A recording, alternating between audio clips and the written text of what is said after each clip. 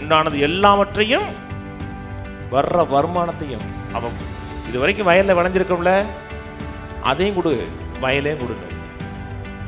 அதான் கர்த்தர் செய்வது. இழந்ததை காட்டிலும் கர்த்தர் திருப்பி கொடுப்பாரு. அப்போஸ்தலர் 27:25 ஆனபடியினாலே மனுஷரே திடமனதாயிருங்கள், எனக்கு சொல்லப்பட்ட பிரகாரமே நடக்கும் என்று தேவனிடத்தில் என்ன சொன்னார்?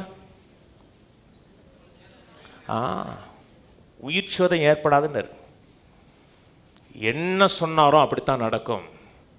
கடைசியில் பொருள் சேதம் கூட ஏற்படாது. அந்த ஊருக்காரன் பொருளை ஏற்றி அனுப்பி விட்டான். பக்கத்தோட சொல்லுங்க, என்னுடைய முன்னிலைமை பார்க்கலும் என் பின்னிலைமை சிறப்பா இருக்கும். நான் சாகாமல் பிழைத்திருந்து கர்த்தர் எனக்கு செய்திருக்கிற எல்லா நன்மைகளையும் நான் காண்பேன், அனுபவிப்பேன். கர்த்தர் என்னை நீடித்த நாட்களால் திருப்தியாக்குகிறார். செல்வ வாழ்வும் இன்ப வாழ்வும் என் பங்கு.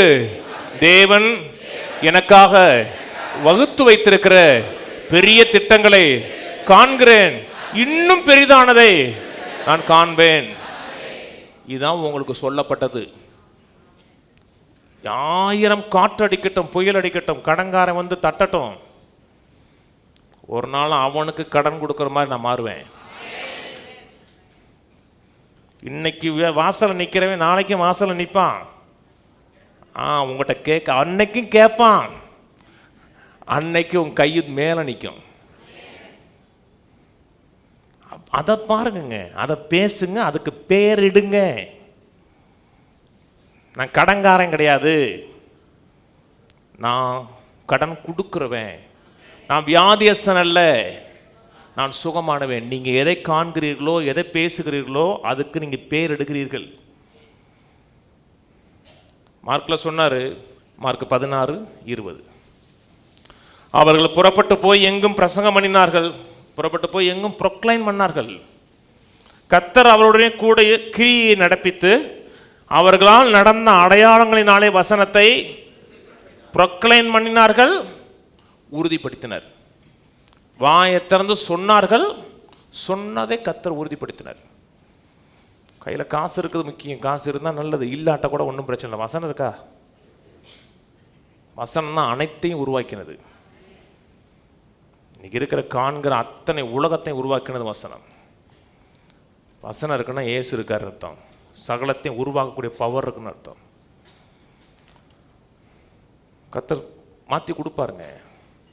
வட்டி ஒரு இடத்துக்கு பணம் கொடுத்து ஏமாத்திட்டீங்களா? வட்டியோட கொடுக்க வைப்பார். வாசிப்பார். 2 ராஜாக்கள் 8:3 வாசிப்போம்.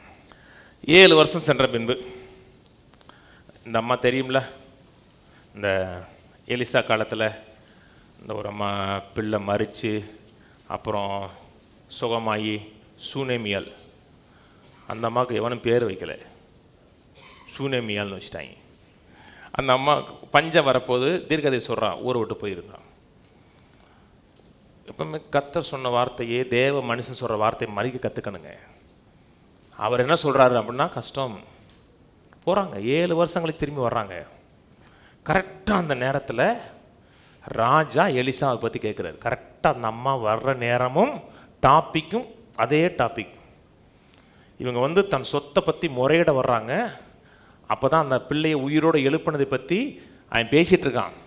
இதுவும் அந்த அம்மா அந்த பிள்ளைங்கிறான். உடனே 6ஆம் வசனம், ராஜா அந்த ஸ்திரியை கேட்டதற்கு அவள் அதை அவனுக்கு விவரித்து சொன்னால், அப்பொழுது ராஜா அவளுக்கு ஒரு பிரதானியை நியமித்து அவளுக்கு உண்டானது எல்லாவற்றையும் அவள் தேசத்தை விட்டு போன நாள் முதல் இதுவரைக்கும் உண்டான வயலின் வருமானம் அனைத்தையும் அவளுக்கு கிடைக்கும்படி உண்டானது எல்லாவற்றையும் வர்ற வருமானத்தையும் அவள் இது வரைக்கும் வயலில் விளைஞ்சிருக்கோம்ல, அதையும் கொடு, வயலையும் கொடுனாரு. அதான் கர்த்தர் செய்கிறது. இழந்ததை காட்டிலும் கர்த்தர் திருப்பி கொடுக்க வைப்பார். ஒரு இடத்துல கூட உங்களை அவமானமாக நிற்க மாட்டாருங்க. கீழே குனிஞ்சிங்கன்னா தலை நிமிர வைப்பார். நல்லதை பேசுங்க. சங்கீதக்காரர் சொல்கிறான் 62:3 வாசிங்க. 62:3. நீங்கள் எதுவரைக்கும் ஒரு மனுஷனுக்கு தீங்கு செய்ய நினைப்பீர்கள், அனைவரும் சங்கரிக்கப்படுவீர்கள், சாய்ந்த மதிலுக்கும் இடிந்த சுவருக்கும். இது நெகட்டிவாக பேசுறது. பிசாசுக்கு விரோதமாக பேசுங்க. பிசாசுனால ஆளுகை செய்யப்பட்ட மனிதனுக்கு விரோதமாக பேசுங்க. உங்களை பற்றி பேசும்போது நல்லதை பேசுங்க, நன்மையை பேசுங்க. கடைசியான வசனம் 2 தெசலோனிக்கர் 1:6. உங்களை உபத்திரவப்படுத்துகிறவர்களுக்கு உபத்திரவத்தையும், உபத்திரவப்படுகிற உங்களுக்கு எங்களோட கூட இளைப்பாறுதலையும் பிரதிபலனாக கொடுப்பது தேவனுக்கு நீதியாக இருக்குது. உங்களை எவன் உபத்திரவப்படுத்தினானோ, நீங்கள் விசுவாசத்திலிருந்து உபத்திரவப்படுத்தினானோ அவனுக்கு உபத்திரவத்தை கொடுப்பது நீதி. கர்த்தரை சார்ந்துருங்க, வசனத்தை சார்ந்துருங்க. உங்களை உபத்திரவப்படுத்துறதுக்கு முன்பாக உங்களை உயர்த்தி வைப்பார். விசுவாசிங்க, பேசுங்க, டிக்ளேர் பண்ணுங்க. ஒவ்வொரு நாளும் தேவனை குறித்து ஒரு அறிவை பெறுங்க. ஒரு அறிவு, அந்த அறிவை உள்ள வைங்க. அதை 4 பேர்கிட்ட சொல்லுங்க போய். அப்புறம் அது ஒரு ஒரு விளைவை ஏற்படுத்தும். அதுக்கு பேரிடுங்க. தொழிலை உருவாக்குங்க. தொழிலை பார்த்து நல்லா பேசுங்க. உருப்படாத ஒரு பிஸ்னஸை பண்ணிக்கிட்டு இருக்கேன், பேரிட்டுருக்கிறீங்க. நல்ல பிஸ்னஸ்ஸு, வருமானம் வராட்ட கூட வருமானம் வருது அப்படின்னா பெயரெடுக்கிறீர்கள், காண்கிறீர்கள், பேசுகிறீர்கள், பெயரெடுங்க.